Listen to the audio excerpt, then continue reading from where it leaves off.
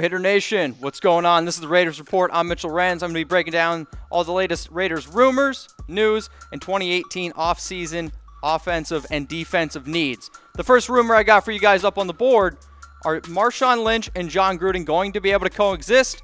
I'm going to give this one Chucky head. So, a Raiders beat reporter reported that a team insider, Greg Papa, stated on 95.7 The Game that he can't see Lynch and Gruden coexisting. Now, the Oakland Raiders running back Marshawn and Gruden have reportedly a meeting scheduled. However, we don't know when this is going to be.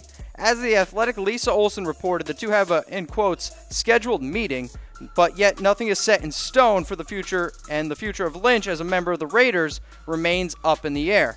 Now, we know both of these players have their own personality, if you will, so this might mesh together, it might not, but for me, I think it's going to be able to go together because both these guys are competitive and want to win. That's why I'm giving it one Gruden head. Guys, my name is Mitchell Renz. Please follow me on Twitter at MitchellRenz365. This is the Raiders Report, so please like on Facebook, RaiderNation by Chat Sports. Now, guys, I'm going to be breaking down a lot of different kind of Oakland Raiders rumors for you, so I want you to understand my rumor scale. First one up on the board, 0 Chucky heads. Tuck rule, tuck that, not going to happen. No way that this rumor is ever going to have a chance of happening. 1 small shred of truth, 1 Chucky head. 2 Chucky heads, people are talking. 3 Chucky heads, this is pretty likely. 4 Chucky heads, believe it, baby, 100% gonna happen. So, guys, let's hop back into these rumors now that you understand my scale. The second one I got up for you, Mike Tice is set to retire. I'm going to give this one 2 Chucky heads. People are talking. So Dan Barry of KFN reported Mike Tice thinks that he's ready to retire, citing that players no longer want to be coached. I was hoping that Jon Gruden and company honestly would keep former offensive line coach Tice, but when former Seahawks assistant Tom Cable was hired, it meant that Tice's tenure with the Oakland Raiders is likely over, and the 49-year-old coach would be set to test free agent, and he'd be probably a heavy guy on the market. So they chose to go a different route, and the time may be coming, pretty close now. So Tice and was with 5 different NFL franchises since 1996.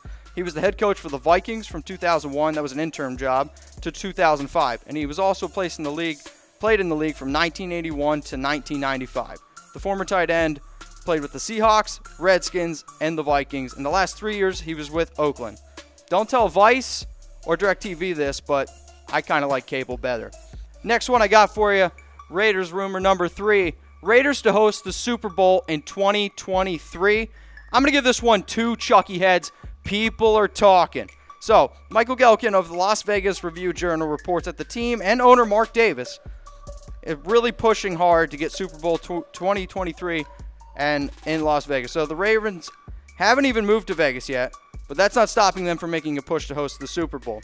Raiders owner Mark Davis serves as the Super Bowl and Major Events Advisory Committee, positioning that he will have an active role in where the Super Bowl will be located on February 5th, 2023. There is no guarantee the game is coming to Las Vegas. However, a combination of recent history and comments from an NFL executive indicate that the opportunity should arrive in the next 8 years. Peter O'Reilly, the league's senior vice president of events, identified a 4-year window, beginning with the 2022 season, is when this realistic chance for the Raiders to get this. So, the next 4 Super Bowl locations have already been decided. We're in Atlanta, Miami, Tampa Bay, Los Angeles. Will 2023 be rolling around for the Raiders? Vegas is also famous to take bets, which brings us to our next rumor up on the board, number 4.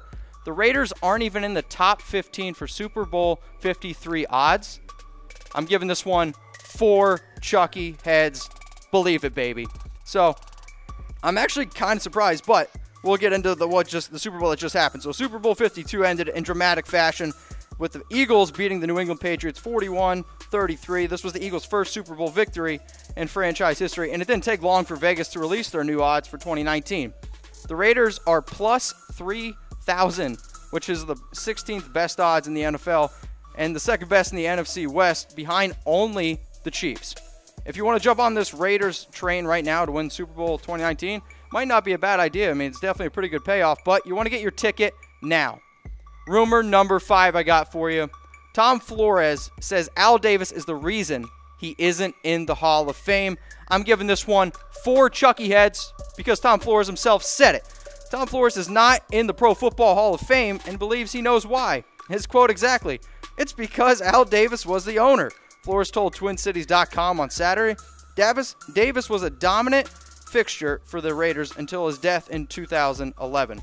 This included when Flores was head coach of 2 Super Bowl victories with the Raiders, and then in 1981 and 1984. Flores, when we played, this is exactly what he said, when we played in Super Bowl 15 in 1981, it was Al Davis's Raiders against Coach Dick Vermeil's great Philadelphia Eagles, and then my name was never mentioned.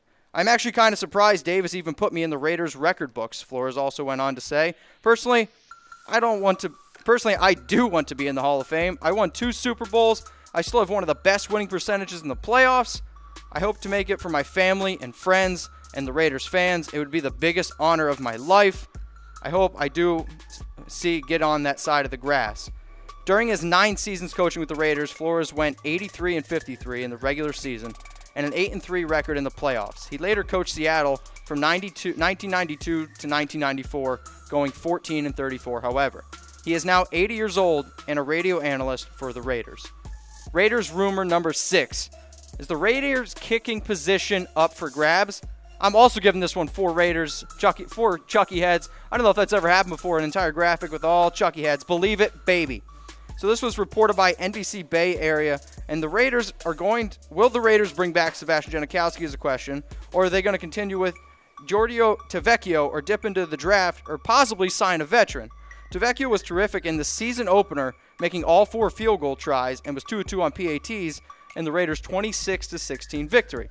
However, after Game 1, Tavecchio had just an average season for the Raiders as the replacement for the franchise's all-time leading scorer, Janikowski. Tavecchio made 16-21 field goal tries, just a 76% success rate, which actually gave Oakland the 24th ranked kicking rate in the NFL.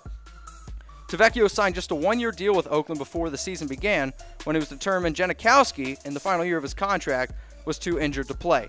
Now Janikowski, too, is entering free agency, and there's likely there's going to be a lot of names that have interest in him, despite the fact he's 39 years old. In 2016, Janikowski showed he still had one of the strongest legs in the league. He hit 3 field goals of more than 50 yards, had an 83% success rate kicking field goals, and still put plenty of kickoffs into the opposing end zones. It would surprise me to see the Raiders bring in a rookie or a free agent with these 2 guys there. So, I want to kick this to a reaction poll. Who do you want the Raiders kicking our field goals, kicking into the end zone? Who do you want it to be? You give me the heart for Sebastian Janikowski or the like for Tavecchio. So let's get in now to rumor number 7. Did Jon Condo predict Super Bowl 52?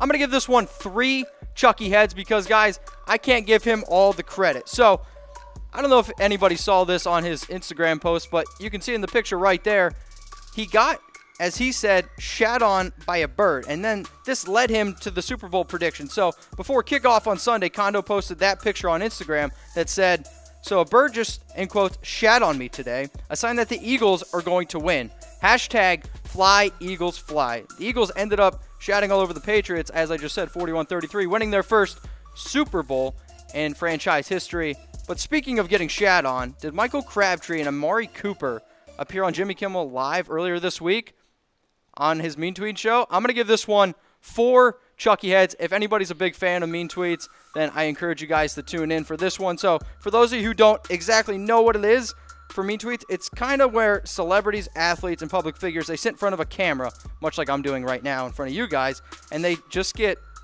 shat on by people who just write awful things on Twitter. Twitter's an amazing tool, and why not do it? So Elena, without further ado, roll those clips. Amari Cooper, more like Amari Cooper. Hashtag, am I right? You're wrong.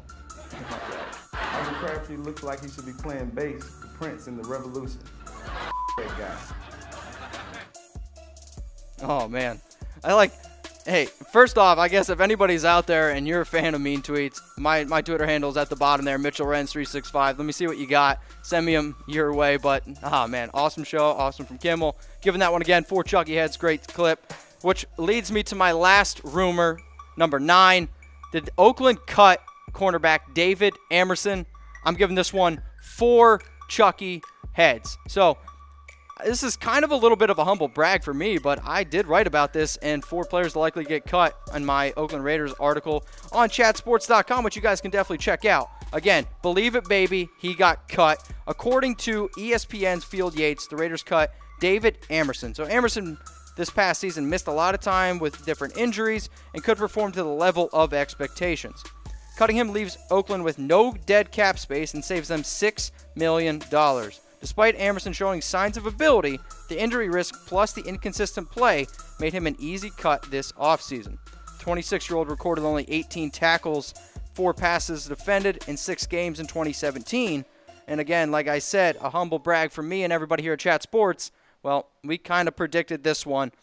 Guys, thank you so much for tuning in to the Raiders Report. My name is Mitchell Renz. Please follow me on Twitter, Instagram, Facebook at MitchellRenz365. Please like Oakland Raiders by Chat Sports on Facebook so you guys are notified when my show goes live. We just went over the rumors. Now it's time to get into the offseason needs on both sides of the ball, defense and offense. So let's get that going. First one, defensive need, rank linebacker. First thing is first, the Raiders need to resign Navarro Bowman. He is a free agent, and this guy led the Raiders in tackles last season with 89 and played in only 10 games. In those 10 games, he led the team in tackles, and 9 of them, this guy's been an absolute dominant force. Corey James and Nicholas Morrow played a lot of the weak side linebacker and showed some glimpses of hope, but ultimately, I don't think they're that reliable on defense.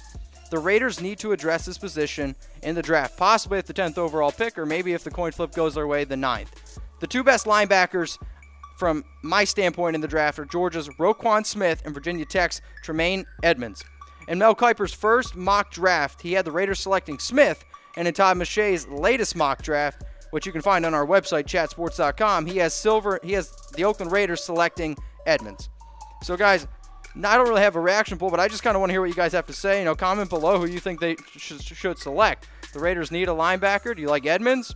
Do you like Roquan Smith? Let me know.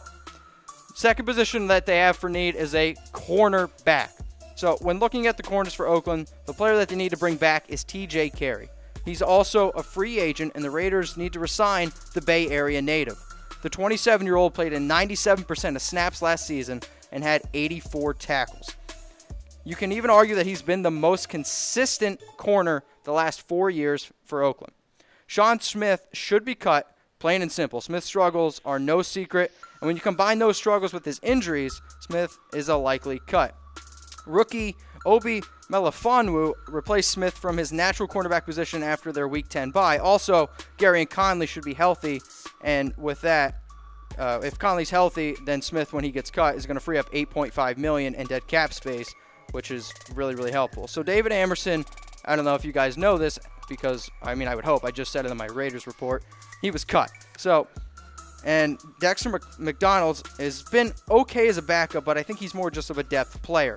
So the Raiders need to get Conley healthy and re-sign Carey in order to get this cornerback position.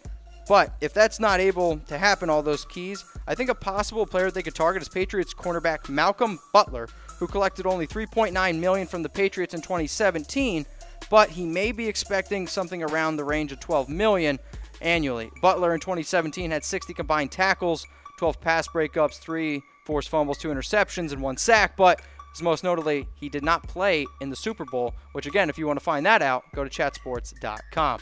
On the defensive line now is Danico Entree and Justin Ellis are both 27 years old and free agents entering 2018. Entree is the higher priority as he played in 57% of the team's snaps last season and led the league in passes batted down at the line with 7. He also had a career year of sacks and 5, but Ellis, on the other hand, he played in only 44% of team snaps, and he's kind of just been a rotational player.